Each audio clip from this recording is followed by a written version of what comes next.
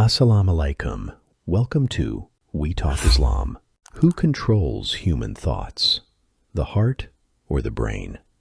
This question has been around for years, and humans have always believed that the brain is the center of thoughts and controls the entire body, and that the heart is crucial only to maintain the blood supply throughout the body so that it may continue to function.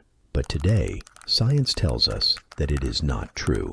Medical scientists have been working on this question for years, trying to find the answer, and what they found was already described in the Holy Quran 14 centuries earlier.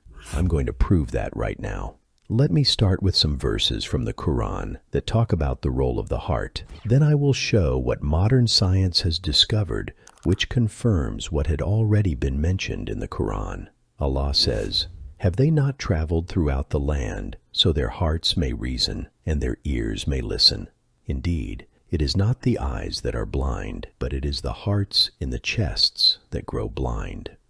In this passage from the Quran, we learn that the heart is the main source of reasoning, not the brain. Allah has associated reasoning with the heart, since no organ in the human body can function without the heart. In another verse, Allah says, "Do they not then reflect on the Quran, or are there locks upon their hearts?" This verse suggests that one cannot reflect or think if the heart is locked. Perhaps we should try to think with an open heart rather than an open mind, because if the heart is open, the mind will eventually open too, because thinking comes from the heart. And in a hadith, Prophet Muhammad, peace of Allah be upon him, said, "Verily, Allah does not look at your bodies or your faces, but He looks at your hearts." Why hearts? Simply because it is the heart that commands. From it comes our emotions and thoughts, which then determine our actions. Now that we have seen in the Quran that the heart is the source of reasoning and thoughts, let's see what science says. From the U.S., Greg Braden is an internationally renowned scientist and researcher. His work has spawned more than 15 films, 12 award-winning books published in more than 40 languages, and many other prizes. When I was in school, I was taught that the brain is the master organ in the body. But what the new science is showing us is that the brain receives the instructions telling it what to do from our heart, the human heart. And this is a relatively new way for science to think about us and our relationship to our bodies.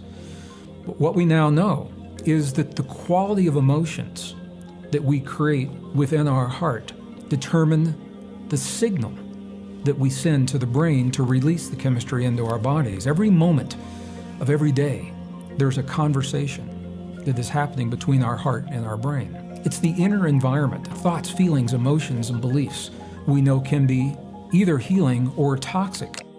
In 1991, a Canadian scientist known as Dr. Armour discovered that the heart has its little brain, or intrinsic cardiac nervous system.